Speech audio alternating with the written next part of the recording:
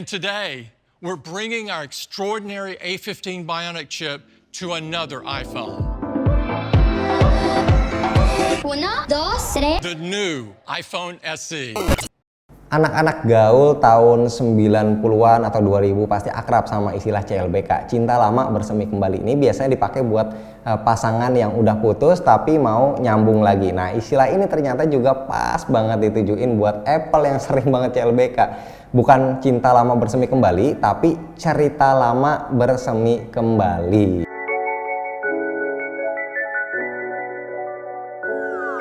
Bismillah, ketemu lagi bareng gua Romi. Kalau kita perhatiin ini Apple dari tahun ke tahun itu jurusnya sama, formulanya sama, cerita lama bersemi kembali.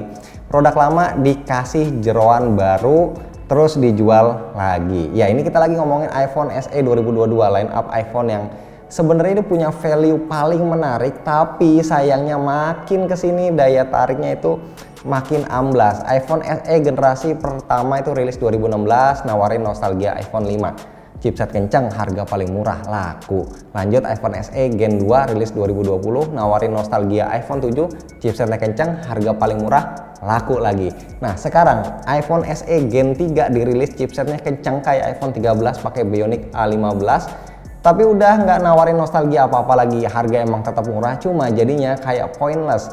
Ini kira-kira target marketnya buat siapa? Sekarang kita sama-sama lihat GSM Arena ya. Kita compare speknya iPhone SE 2020 dan iPhone SE 2022. Kita lihat layarnya dulu, ini sama-sama IPS, sama-sama 4,7 inci, bezelnya masih tebal kayak dompet yang isinya kebanyakan kartu kredit. Kita lihat lagi dimensinya, ini plug ketiplek sama persis sampai angka koma-komanya juga sama. Paling beda beratnya aja, yang baru ini lebih enteng 4 gram, tapi ya cuma 4 gram doang.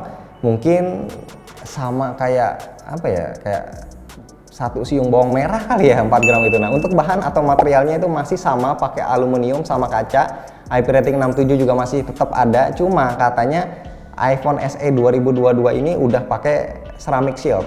Oke, sampai di sini kita bisa lihat kalau iPhone SE 2022 itu bisa dibilang memang adalah HP yang sama seperti iPhone SE 2020, secara fisik nggak akan ngasih impresi atau experience yang baru. Nah, jurus yang dipakai Apple adalah dengan ngasih chipset baru yang selevel iPhone kasta tertinggi saat ini. Dalam hal ini adalah iPhone 13 series pakai Bionic A15. Ibaratnya mobil jadul ini tapi dioprek dikasih mesin turbo. Ya, HP-nya sih pasti ada aja ya suka, pasti ada aja yang beli. Tapi bakal sebanyak apa orang yang tertarik beli? Karena alasannya balik lagi ke yang tadi sudah kita bahas, pointless. Orang yang beli dan pakai iPhone SE itu bukan yang suka main game. Mereka udah tahu layar iPhone SE itu kecil, nggak enak buat main game. Mereka juga udah tahu baterai iPhone SE itu kecil, cepat habis, harus sering ngecas, terus dikasih Apple A15. Buat apa? Biar IG story bisa 60 fps gitu?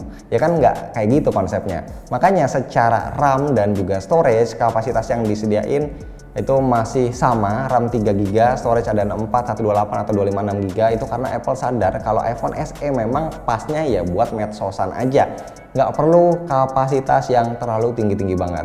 Bahkan kamera depan dan belakangnya pun di atas kertas masih sama, cuma dikasih micin penyedap aja, yaitu Smart HDR, Photographic Style, dan Deep Fusion.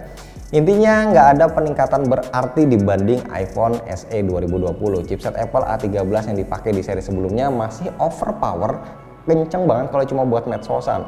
Peningkatan ke A15 itu nggak akan terlalu berasa manfaatnya. Tadinya gue mikir kalau misalkan ada pilihan warna baru mungkin ya agak-agak bisa menolong lah. Tapi ini malah sama aja, warnanya cuma ada hitam, putih, merah. Paling yang benar-benar benefit bisa kita rasain di iPhone SE 2022 ini adalah koneksi 5G-nya aja. Makanya gue lebih milih tidur daripada nonton live streamingnya kemarin.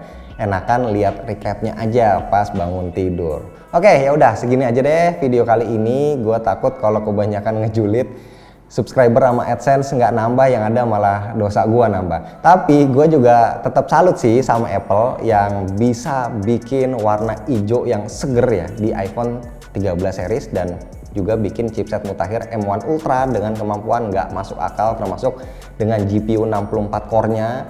Ntar kalau tabungan gue cukup, kayaknya gue mau beli juga tuh buat anak gue sekolah online. Berapa sih harganya Mac Studio? 120 juta ya kalau nggak salah. Oke, ntar coba deh, mudah-mudahan bisa dapet deh.